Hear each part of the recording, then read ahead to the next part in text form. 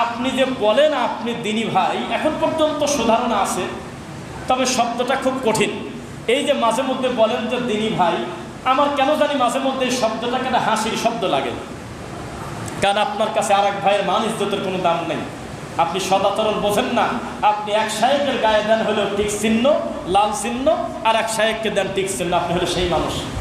আপনাকে চতুষ্পদ জন্তু মনে করি মাঝে মধ্যে আমি। আপনি এক শায়েককে বড় করতে গিয়ে আর এক শায়েককে খাটো করেন, আপনি হলো সে। আপনি কবর পোদারি থেকে খারাপ, এটা আমার কষ্ট লাগে। দিনী ভাই শব্দটা এখন একটা হাসির শব্দ।